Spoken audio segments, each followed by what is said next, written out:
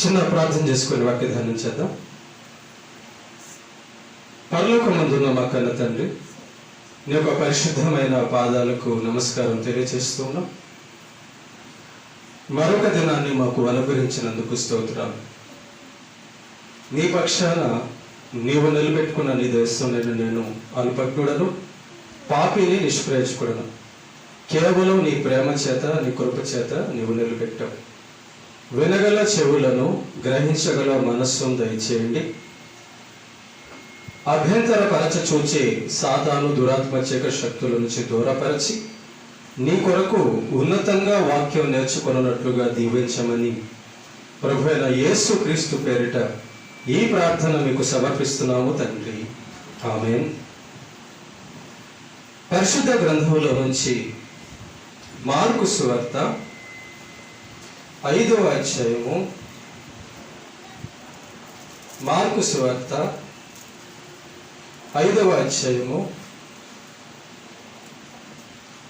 25-26 వచనాలు చదువుకొని ధ్యానం చేద్దాం.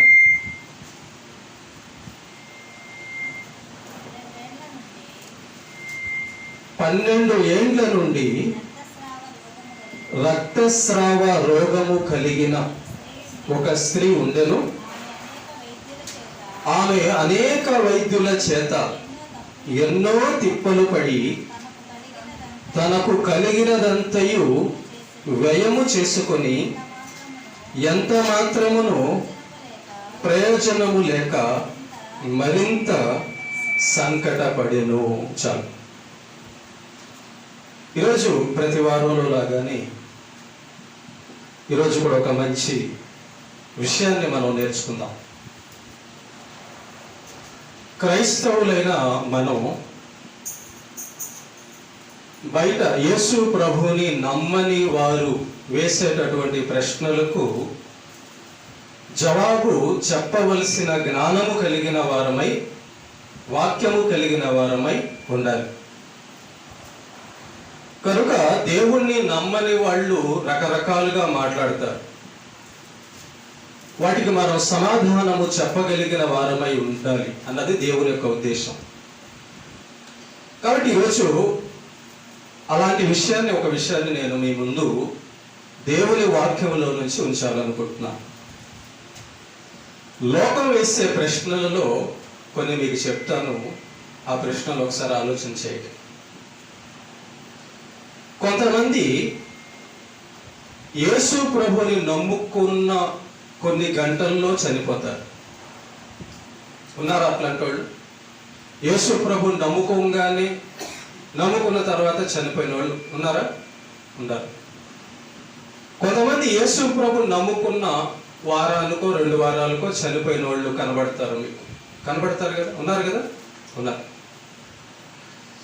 ఇంకొంతమంది ఏమో యేసు ప్రభుని నమ్ముకున్నాక కష్టాలు అనుభవిస్తూ ఉంటారు కదమ్మా? ఉంటారు. వీళ్ళ గురించి, ఈ పరిస్థితి గురించి అన్యులు ఏమంటారంటే, ఇదిగో మీరు నిజమైన దేవుడు యేసుక్రీస్తు అనుకొని చెప్తారు కదా, మరి యేసు ప్రభుని నమ్ముకున్నాక అతను ఎందుకు చనిపోయాడు? యేసు ప్రభుని నమ్ముకున్న వారం లోపలే ఎందుకు చనిపోయాడు? యేసు ప్రభుని నమ్ముకున్నాక మీకు ఎందుకు కష్టాలు వస్తున్నాయి అనే ప్రశ్నలు వేస్తారు. వినలేదు ఏమో ప్రశ్నలు కదా? వీటికి జవాబు ఈరోజు మీరు తెలుసుకోవాలి, మనం తెలుసుకోవాలి. ప్రేమ దేవుని బిడ్డలారా, జాగ్రత్తగా వినండి రోజు పాఠాన్ని. బైబిల్లో ఉన్న సంగతులు చెప్తాను, మన కళ్ళ ముందు జరిగిన సంగతులు కూడా చెప్తాను. బైబిల్లో ఉన్న సంగతులు 12 సంవత్సరాల రక్తస్రావ రోగము ఆ స్త్రీకి 12 సంవత్సరాల నుంచి రక్తస్రావ రోగం ఉందంట. ఆమె అనేక వైద్యుల చేత ఎన్నో తిప్పలు పడి తనకు కలిగినదంతయు వ్యయం చేసుకొని ఎంత మాత్రమును ప్రయోజనము లేక మరింత సంకటపడెను. నేను ఈ స్త్రీ గురించి మీ ముందు ఒక మాట ఉంచాలనుకుంటున్నాను. అదేంటంటే, ఈ స్త్రీ తన ఊరిలో, తన దేశంలో ఉన్న వైద్యులందరినీ సంప్రదించింది. ప్రతి హాస్పిటల్కి వెళ్ళిందా? వెళ్ళింది. మరి ఏ డాక్టర్ ఈమెను ఎందుకు బాగు చేయలేకపోయాడు?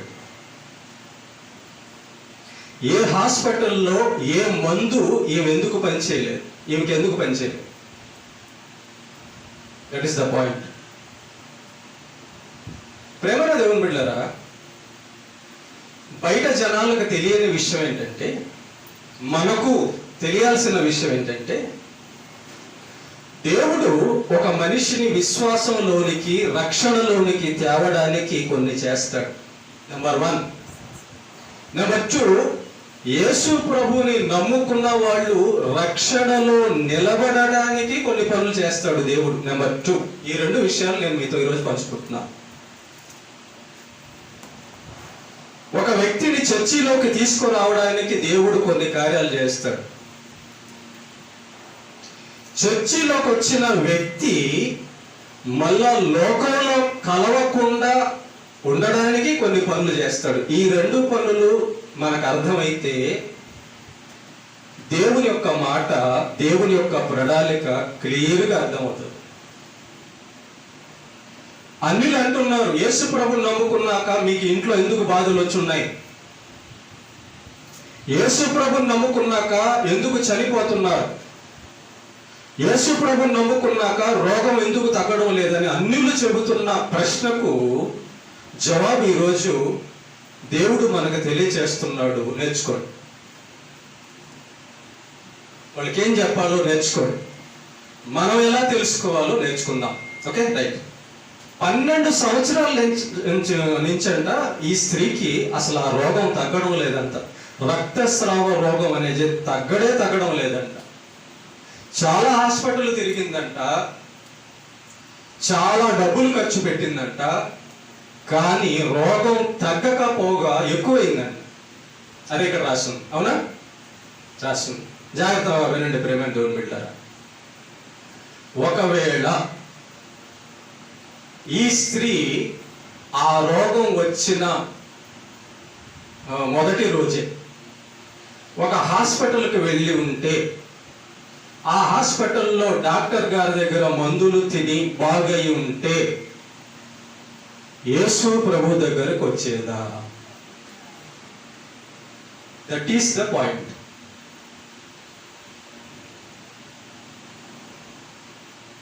దేవుడు ఒక మనిషిని రక్షించడానికి దారులన్నీ మూసేస్తాడు. మనం అనుకుంటున్నాం ఈ స్త్రీకి 12 సంవత్సరాల బాధ ఎందుకు అంటే ఆమె నిజమైన దేవుడి దగ్గరికి రావడానికి, ఆమె నిజమైన దేవుడిని నమ్ముకోవడానికి. జాగ్రత్త విందాం సందర్భం. తిప్పలు పడిందంట. వెళ్ళని డాక్టర్ లేడు, డబ్బులు చాలా ఖర్చు పెట్టింది, కానీ రోగం తగ్గల. దేవుడే అలా చేశాడు. ఎందుకంటే ఈ స్త్రీ విశ్వాసి, మంచి విశ్వాసి. నీకు నాకు కూడా లేనంత విశ్వాసం ఆ స్త్రీకి ఉంది. ఆ స్త్రీని యేసు ప్రభు రక్షించాలనుకున్నాడు. లోకంలో ఎంతో మంది మనకు దేవుళ్ళు అనబడే వాళ్ళు కనబడతారు. లోకంలో ఎంతో మంది డాక్టర్లు కనబడతారు. లోకంలో ఎంతో మంది మనుషులు మనకు కనబడతారు. వాళ్ళ మీద మనం ఆధారపడి యేసు ప్రభు దగ్గరికి రాము. ఏమైందంటే, నాకు ఈరోజు డ్యూటీ పడింది సార్, అందుకే చర్చికి రాలేదు. అవునా? నీ డ్యూటీ, నీ ఆఫీసర్, నీ జీతం యేసే కంటే పెద్ద? ఒకసారి ఆలోచించి. నీ కుటుంబం యేసే కంటే గొప్ప? ఆలోచన చేయడం. ప్రేమ దేవుని బిడ్డలారా, యేసు ప్రభు దగ్గరకు మనం రాకపోతే పాపంలో ఉంటాం కదా. యేసు ప్రభు దగ్గరికి రాకపోతే నరకానికి వెళ్తాం కదా. మరి మనల్ని పాపము నుంచి, నరకము నుంచి విడిపించే నాథుడు యేసుక్రీస్తు ఒక్కడే ఈ భూమి మీద, ఈ సృష్టిలో. మనకు డబ్బు కనబడుతుంది, మనుషులు కనబడుతున్నారు, ఆశలు ఉన్నాయి, చిక్కుకుంటాము. వాటిని తీర్చుకోవడానికి కాలం వేస్ట్ చేస్తాం. సెల్ ఫోన్లో చూడండి ఎంత టైం వేస్ట్ చేస్తారండి. సెల్ ఫోన్లో డబ్బు కోసం ఎంత ఎంత టైము వెచ్చిస్తారండి డబ్బుల కోసం. మనుషులతో మాట్లాడడానికి ఎంత టైం ఉపయోగిస్తారండి. అదే ప్రార్థన ఎంతసేపు చేస్తారమ్మా, వాక్యం ఎంతసేపు చదువుతారమ్మా, వాక్యం ఎంతసేపు వింటారు. అంటే దేవుడితో అంతేనా? దేవుడు అవసరం లేదా? అన్నం ఉంటే చాలు, డబ్బులు ఉంటే చాలు, మనుషులు ఉంటే చాలు, సుఖం ఉంటే చాలా? నిన్ను నన్ను సృష్టించిన సృష్టికర్త ఉనికి, ఆయన చేసిన మేలు, ఆయన ప్రేమ, ఆయన ప్రణాళిక నీకు నాకు అర్థం కావాలి కదా. మనుషులు దేవుణ్ణి విడిచి లోకంలో టైం గడిపేస్తున్నారు. దేవుణ్ణి విడిచి మాకు డబ్బు చాలు, మాకు అన్నం చాలు, మాకు సుఖం చాలు, మాకు ఉద్యోగం చాలు అని చెప్పి దేవుణ్ణి సృష్టికర్తను విడిచి లోకంలో టైం అంతా పోగొట్టుకుంటారు. తాగుబోతులుగా కాలం గడుపుతారు, వ్యభిచారులుగా కాలం గడుపుతారు, ధనవంతులుగా డబ్బు సంపాదించుకోవడానికి కాలం గడుపుతారు. మరి ఇలాంటి వాళ్ళు అందరూ చనిపోతే ఎక్కడికి వెళ్తారు? నరకానికి వెళ్తారు.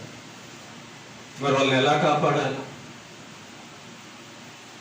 వాళ్ళని ఎలా ఆయన పాదాల దగ్గరికి తీసుకురావాలి? కనుక సూపర్గా ఉండదండి దేవుడు చేసే పనులు. నీకు అర్థమైంది, మనకు అర్థమైంది. ఈ స్త్రీకి రోగం తగ్గకపోతేనే యేసు ప్రభు దగ్గరికి వస్తుంది. రోగం తగ్గుంటే యేసు ప్రభు దగ్గరికి రాదు. ఎలాంటి విశ్వాసం తెలుసా ఈ స్త్రీది? విన్నది, డాక్టర్లంతా చూసింది, డబ్బులు మొత్తం వేస్ట్ చేసుకుంది. విన్నది, ఏమని విన్నదంటే, ఇదిగో యేసు ప్రభు అనే ఆయన ఉన్నారంట, ఆయన చనిపోయిన వాళ్ళని బతికిస్తున్నాడు, ఎలాంటి రోగాన్నైనా తగ్గిస్తున్నాడని విన్నదంట. విని ఆమె ఏమనుకుంది తెలుసా? మనసులో ఏమనుకుందంటే, నేను ఆయన్ను కాదు, ఆయన వస్త్రపు చెంగును ముడితే చాలు బాగుపడతాను అనుకుంది. ఎలాంటి విశ్వాసం అండి ఆ విశ్వాసం! ఆ విశ్వాసము కొరకు ఆమెకి ఆ రోగం తగ్గల. ఆయన వద్దకు నడుచుటకు, నడిపించుటకు యేసు ప్రభు ఆమెలో రోగం 12 సంవత్సరాలు పెట్టాడు. చంపేయవచ్చు, చనిపోవచ్చు, కానీ ఆమె రావాలి క్రీస్తు వద్దకి. వచ్చింది. యేసు ప్రభు చుట్టూ జనం ఉన్నారు, యేసు ప్రభువును తాకుతున్నారు, యేసు ప్రభు మీద పడుతున్నారు. యేసు ప్రభు ఒక మాట అన్నాడు పేతురుతో, పేతురు నన్ను ఎవరో ముట్టారయ్యా. పేతురు ఆశ్చర్యపోయాడు, ఏంటి ప్రభువా, ఇంతమంది జనం నిన్ను తాకుతుంటే ఎవరో నన్ను ముట్టారంటున్నావు ఏంటి? ఆయనకు తెలుసు ఆమె బయటికి రావాలని, ఆయనకు తెలుసు ఆమెను రప్పించాలని, ఆయనకు తెలుసు ఆమెను రక్షించాలని, ఆయనకు తెలుసు ఆమె గురించి నీకు నాకు చెప్పి జ్ఞానం కలిగించాలని, రాయించాడు. భయపడుతూ వచ్చింది, అయ్యా నేనే నిన్ను తాకింది. అప్పుడు ఆయన అన్నమాట 34వ వచనం, అందుకైన కుమారి నీ విశ్వాసము నిన్ను స్వస్థపరచెను, సమాధానము గలదానివై పొమ్ము, నీ బాధ నివారణమై నీకు స్వస్థత కలుగుగాక అని ఆమెతో చెప్పాను. చూసారా? కుమారి నీ విశ్వాసము నిన్ను స్వస్థపరిచెను. ఆమెకి యేసు ప్రభు మీద విశ్వాసం కలగాలంటే 12 సంవత్సరాల రక్తస్రావ రోగం ఏ డాక్టర్ దగ్గరికి వెళ్ళినా తగ్గకూడదు. ఇప్పుడు చెప్పండి, యేసు ప్రభు దగ్గరకు వచ్చి రక్షణ పొందిన ఈ స్త్రీ 12 సంవత్సరాల రోగంతో బాధపడడం కరెక్టేనా రాందా? కరెక్టే. ఆ రోగం రాకపోతే యేసే దగ్గరికి రాదు. నెంబర్ 1, బైబిల్లో నుంచే సాక్ష్యాలు చూపిస్తాను. మన ఊర్లో, మన చర్చిలో జరిగిన యథార్థ సంఘటనలు, మీ మధ్య ఉన్నారు సాక్షులు కూడా, వాళ్ళ గురించి కూడా చెప్తాను. అది కూడా ఇప్పుడు బైబిల్లో ఒకటి చెప్పాను కదా, మన చర్చిలో జరిగిన సంఘటన కూడా చెప్తాను. జాగ్రత్తగా ఆదమ్మ గారు ఉన్నారు, అక్కడ కూర్చోమన్నారు. మన ఊర్లో సురేష్ అని చెప్పని ఉండేవాడు కదా, ట్యాంక్ పక్కన. అతనికి యాక్సిడెంట్ అయ్యింది. యాక్సిడెంట్ అయితే కాళ్ళు చేతులు పడిపోయాయి, హాస్పిటల్కి తీసుకెళ్ళిపోయారు. డాక్టర్లు మందులు ఇచ్చారు కానీ తగ్గుతుందో లేదో తెలియదమ్మా అని చెప్పి పంపించేశారు. వాళ్ళు వెళ్ళని స్థలం లేదు, చేయని ప్రయత్నం లేదు, ఎక్కడ తగ్గల, మంచం మీదే పడిపోయి ఉన్నాడు, కాళ్ళు చేతులు పడిపోయి. కొన్ని రోజులు అయింది. అట్లా ఏం జరిగిందంటే నాకు కబురు పంపించారు. ఇలాగా పాస్టర్ గారు వచ్చి ప్రార్థన చేయండి అని కబురు పంపించారు. నేను వెళ్ళి వాళ్ళతో చెప్పాను, అమ్మా ఇన్ని ప్రయత్నాలు చేశారు కదా, ఇన్ని ప్రయత్నాలు చేసిన తర్వాత ఎక్కడ తగ్గలేదు కదా, డాక్టర్ గారు కూడా వల్ల కాదన్నారు కదా, మరి మీరు ఒక పని చేస్తారా, నేను చెప్పిన మాట వింటారా అంటే వింటామని. ఏంటంటే యేసు ప్రభుని నమ్ముకోండి, మీ కుటుంబం అంతా కూడా, మిగతాదంతా వదిలేసి యేసు ప్రభుని నమ్ముకోండి, మీ అబ్బాయి బాగవుతాడు అని చెప్పాను. సరే అన్నా.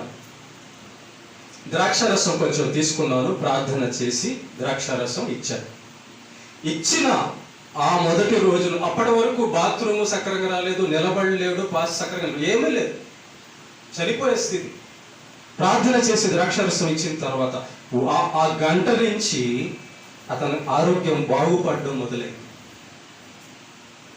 మంచాన పడిపోయి చావు దగ్గరికి వెళ్ళిన వాడు నడవడం మొదలు పెట్టాడు, కొంచెం లెగవడం మొదలు పెట్టాడు. సరే బాగుంది. అప్పుడప్పుడు వెళ్ళి ప్రార్థన చేస్తున్నాను, చర్చికి రమ్మని చెప్తున్నాను. వాళ్ళు సరే అంటున్నారు. కొంత మెరుగైంది ఆరోగ్యం, మాట్లాడడం మొదలు పెట్టాడు, లెగవడం మొదలు పెట్టాడు, అంత కొంచెం మెరుగైంది, పరిస్థితులు బాగయ్యాయి. అప్పుడు ఏం జరిగిందో తెలుసా? ఒకరోజు మామూలుగా నేను వాళ్ళ ఇంటికి వెళ్ళాను ప్రార్థన చేయడానికి. గేట్ వేసేస్తుంది. ఎప్పుడు గేట్ గేట్ వేసేస్తుంది. వేసినాక చూస్తే ఆ గేటుకి తాయెత్తులు, ఏదో మంత్రాలు చేసినవి అన్ని కట్టున్నాయి దానికి మొత్తం. వెళ్ళా నేను, లోపల గేట్ వేసేస్తుంది. బయట మెట్ల కాడ నిల్చొని పిలిచా, అయ్యా అని పిలిచా. వాళ్ళ నాన్న వచ్చాడు. వచ్చి, ఏం పాస్టర్ గారు అన్నా, ఏంటో ఏదంతా యేసు ప్రభును నమ్ముకున్నాక మీ కొడుకు బాగయ్యాడు కదా, మీరు మాట ఇచ్చారు కదా ప్రభువునే నమ్ముకుంటామని, మళ్ళీ ఇదేంటంటే అన్నారు, మా తాత ముత్తాతలు మా బంధువులు ఒప్పుకోలేదండి పాస్టర్ గారు అన్నాడు. మరి మీ తాత ముత్తాల దగ్గర తీసుకెళ్ళకపోయావా ఆయన్ని అన్నానే. బాగాలేదు కదా, అప్పుడు మంచంలో ఉంటాడు కదా, మరి మీ తాత ముత్తాల దగ్గర తీసుకెళ్ళకపోయారా అన్నా. ఏమోనండి, మా ఇంట్లో ఒప్పుకోవడం లేదు అన్నాడు. లోపలికి కూడా వెనక్కి వచ్చేసి ఆ మరుసటి రోజు నుంచి మళ్ళా అతను మంచంలో పడిపోయి చనిపోయాడు. తర్వాత ఏం జరిగిందంటే, కొంతకాలం తర్వాత వాళ్ళ అమ్మకి క్యాన్సర్ వచ్చింది, బ్రెస్ట్ క్యాన్సర్, రొమ్ము క్యాన్సర్ వచ్చింది. వస్తే ఇక డాక్టర్లు అందరి దగ్గరికి వెళ్ళారు. అప్పటికే డబ్బులు అయిపోయినాయి, పేదవాళ్ళు కాబట్టి ఏం చేయలేక తీసుకొచ్చేసారు. అయిపోయింది ఆమె స్టేజ్. అప్పటికి అయిపోయి మంచంలో పడుంది. ఇంకొక వారంలో చనిపోద్ది, అది ఆమె పరిస్థితి. ఇంకొక వారంలో చనిపోద్ది అనగా, అదిగో మన మధ్య ఉన్నటువంటి ఆదమ్మకి చెప్పింది, అమ్మా పాస్టర్ గారిని పిలవండి, బైబిల్ ఒకటి తెచ్చేవండి అని చెప్పింది. నేను వెళ్ళేసరికి భయంకరంగా వాసన, మంచం అంతా, 1-2 మంచం మీద, ఎవరు దగ్గరికి రావడం లేదు, ఏ బంధువులు, ఏ ముత్తాతలు తాతలు ఎవరు లేరు. ఆమె ఏమనిందో తెలుసా? ఒక మాట అండి, పాస్టర్ గారు నేను యేసు ప్రభువుని నమ్ముకుంటాను, ఈ రోగం తగ్గకపోయినా పర్లేదు, చచ్చిపోయే చివరి రోజు వరకు కూడా నేను యేసే దగ్గర ఉంటాను, యేసే విశ్వాసంలో ఉంటాను, ఒక బైబిల్ తెచ్చివ్వండి నాకు అనింది. చాలా మంచి నిర్ణయం తీసుకున్నావు తల్లి, నువ్వు ఆల్రెడీ ఒకసారి మీ ఇంట్లో దెబ్బ తగిలింది, జరిగిన మేలును మర్చిపోయి మళ్ళీ వదిలేశారు, ఇప్పుడు మాత్రం ఖచ్చితంగా ఇదే మాట మీద నిలబడి అని చెప్పి ప్రార్థన చేసి ఆమెకి నేను బైబిల్ ఇచ్చాను. బైబిల్ ఇచ్చిన, ప్రార్థన చేసిన ఒక వారంలో ఆమె చనిపోయింది.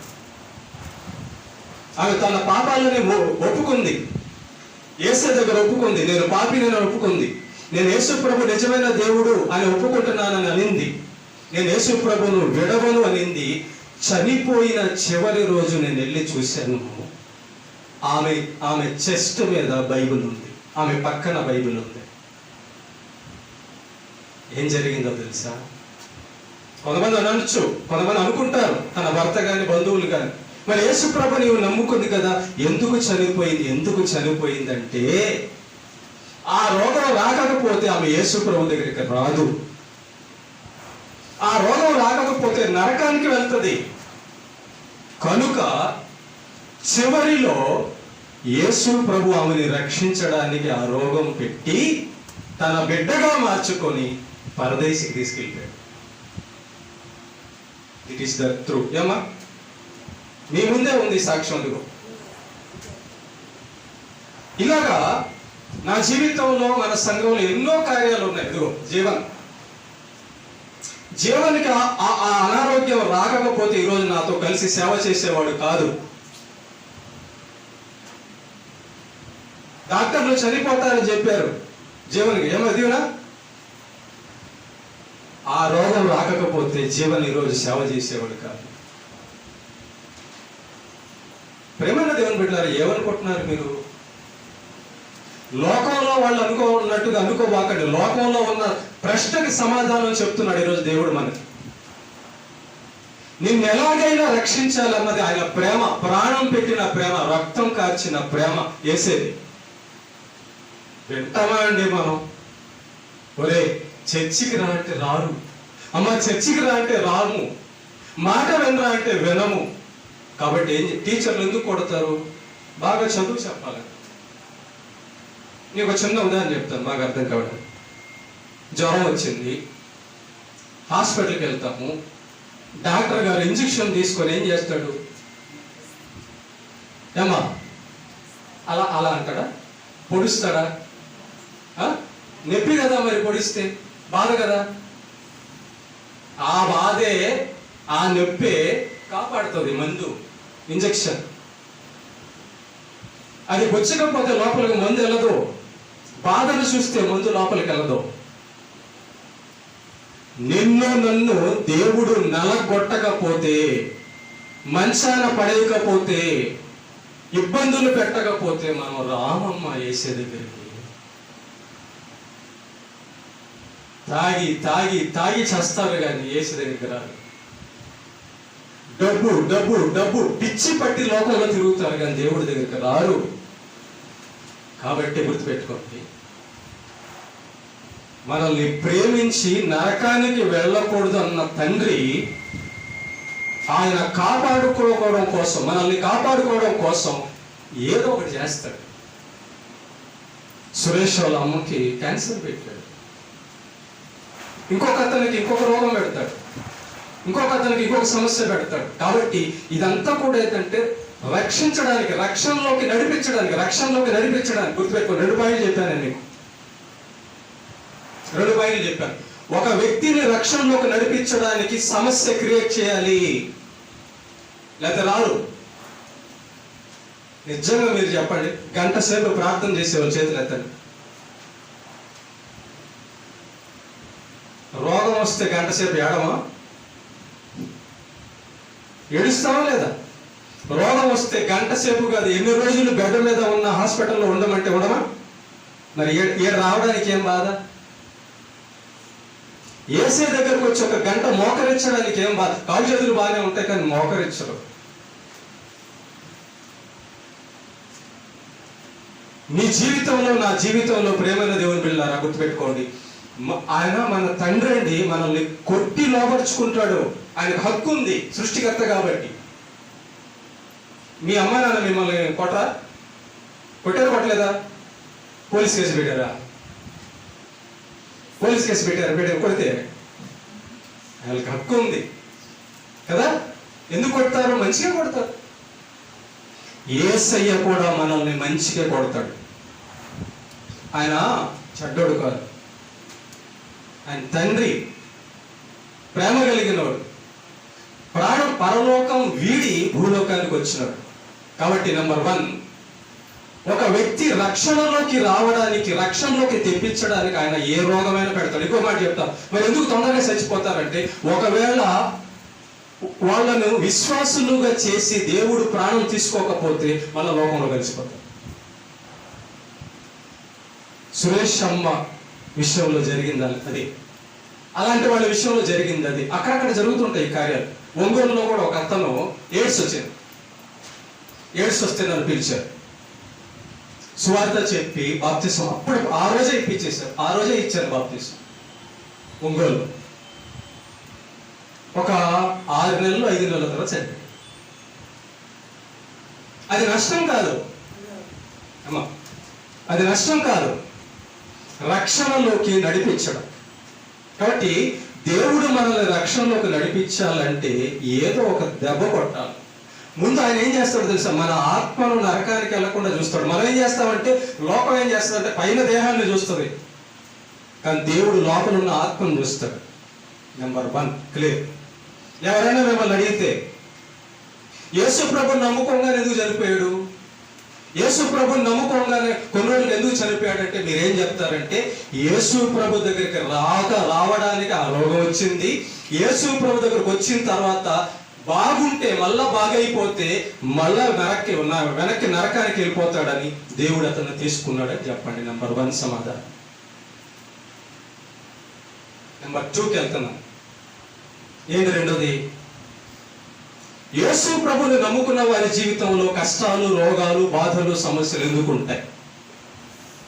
భక్తి పరుల గురించి చెప్తున్నానండి నేను.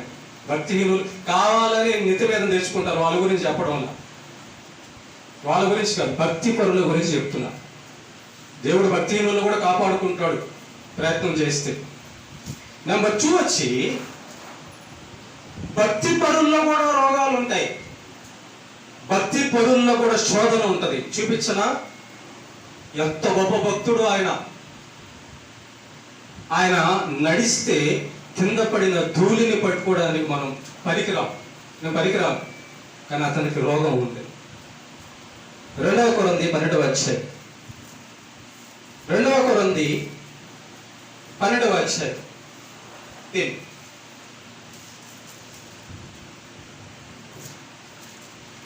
7వ వచనం నుంచి.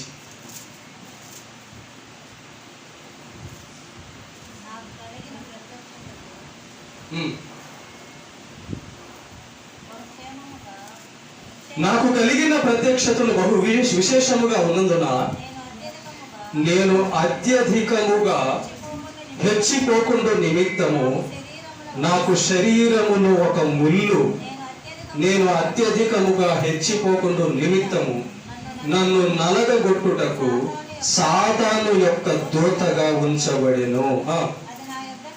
అది నా యొద్ద నుండి తొలగిపోవలెనని దాని విషయమై 3 సార్లు ప్రభువును వేడుకొంటిని. అందుకు నా కృప నీకు చాలు, బలహీనత యందు నా శక్తి పరిపూర్ణమగుచున్నదని ఆయన నాతో చెప్పెను. కాగా క్రీస్తు శక్తి నా మీద నిలిచి ఉండు నిమిత్తము విశేషముగా నా బలహీనత యందే బహు సంతోషముగా అతిశయపడుదును.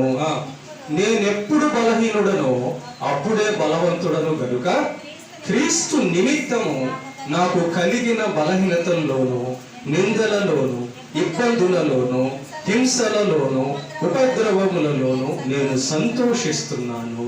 ఇది ఎవరి గురించి రాయబడిన మాట? పౌలు గారు, అపోస్తలుడైన పౌలు గారు. యేసు ప్రభు యొక్క శిష్యులలో ఈయనంత పరిచయం ఇంకెవరు చేయలేదు, ఈయనంత ఆత్మల రక్షణ సువార్త ఇంకెవరు చేయలేదు, ఈయన పడిన కష్టం ఇంకెవరు పడలేదు దేవుడి కోసం. అంత కష్టపడిన వ్యక్తికి రోగం ఉంది, బలహీనత ఉంది. ఆయన నీడ పడితే రోగాలు పోయాయి, కానీ ఆయనకే రోగం ఉంది. పౌలు గారు అడిగారు, ప్రభువుని అడిగారు, దేవా నీ పరిచయం ఇంతగా చేస్తున్నాను కదా, నీ కోసం ఇంత ప్రార్థన చేస్తున్నాను, నీ కోసం ఇంత సువార్త చేస్తున్నాను కదా, మరి నాకు ఆరోగ్యం బాగుంటే ఇంకా ఎక్కువగా చేస్తాను కదా, ఏంటి ప్రభువా నాకు ఈ రోగం తీసేవా అన్నారు పౌలు గారు. దానికి యేసు ప్రభు ఏమన్నాడు తెలుసా? పౌలు, నువ్వు మంచి విశ్వాసవే, నువ్వు మంచి ప్రార్థనా పరుడువే, నువ్వు మంచి సువార్థికుడివే, నీకు వాక్య జ్ఞానం బాగుంది, ఇదంతా బేస్ చేసుకొని, ఇదంతా ఆధారం చేసుకొని నాకంటే ప్రార్థన పరుడు లేడు, నాకంటే ప్రార్థన చేసేవాడు లేడు, నాకంటే వాక్యం తెలిసినవాడు లేడని గర్విస్తావు. నీకు గర్వం వచ్చింది అనుకో, అప్పుడు ఎక్కడికి వెళ్తావు? పాపులు నరకానికి వెళ్తారు బిడ్డ. కాబట్టి హెచ్చింపబడతావు. నాకే తెలుసు, నేనే గొప్పవాడిని అనే గర్వం నీలోకి వచ్చింది అనుకో, నువ్వు నాకు దక్కకుండా పోతావురా బిడ్డ. అందుకే ఆ రోగం నా కృపతో నిన్ను కాపాడుతా. రోగం ఉంది, చంపడం, రోగం ఉంటది, కానీ ఏం కాదు అన్నాడు యేసు. అంత భక్తుడికే రోగం అవసరమైతే పాపంలో పడిపోవడానికి అవకాశం ఉంది. కాబట్టి నీ ప్రార్థన నా ప్రార్థన, నీ బతుకు నా బతుకెంత?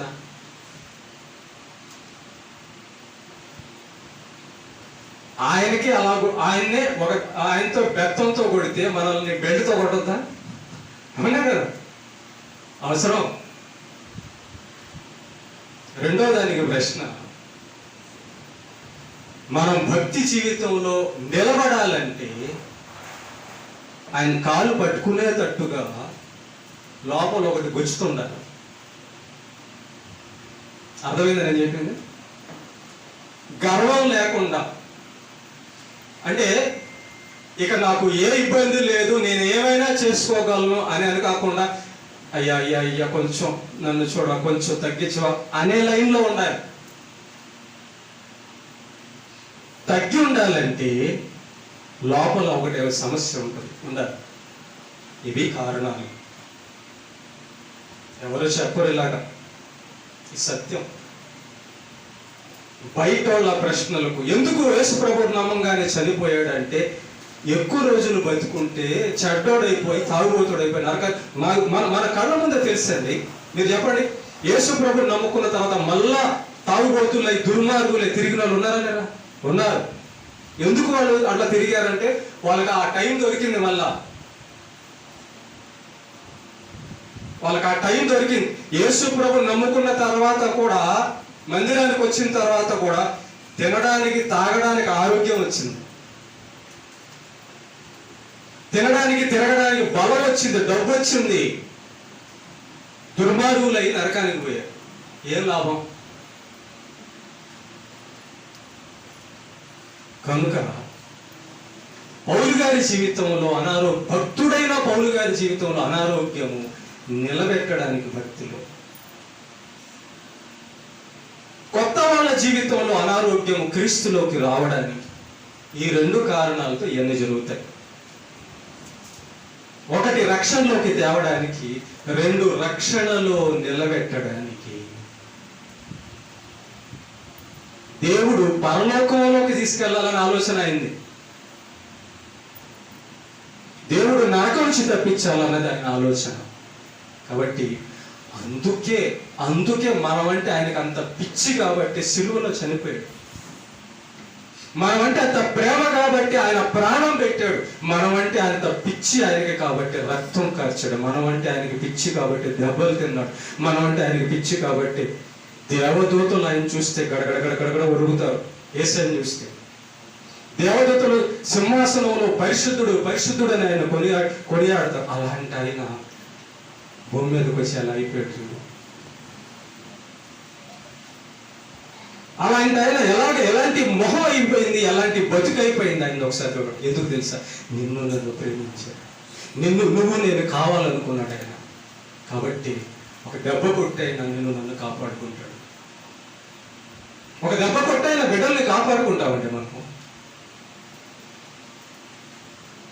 అదే ప్రేమ కదా దేవుడిది, తండ్రిది. కాబట్టి ప్రేమని దేవుని బిడ్డారా, ఈ రెండు సత్యాలు మీ జీవితంలో ఎప్పుడు కూడా మర్చిపోవకండి. హృదయంలో రాసుకోండి. అన్యులకి చెప్పండి, యేసు ప్రభుని నమ్మకంగానే ఎందుకు చనిపోయాడంటే ఎక్కువ రోజులు బతికితే చెడ్డోడు అయిపోతాడు. నీలాగే దేవుని తిడతాడు, నీలాగే యేసుప్రభు నమ్ముకున్నాక ఎందుకు చనిపోయాడు, యేసుప్రభు నమ్ముకున్నాక రోగాలు ఎందుకు వచ్చాయి, యేసుప్రభు నమ్ముకున్న కష్టాలు ఎందుకు వచ్చాయని దేవుణ్ణి నోటితో తిడతాడు రా నీలాగా. కాబట్టి దేవుడు తీసుకెళ్ళిపోయాడు. ఈ నోటితో దేవుడిని తిట్టొచ్చు.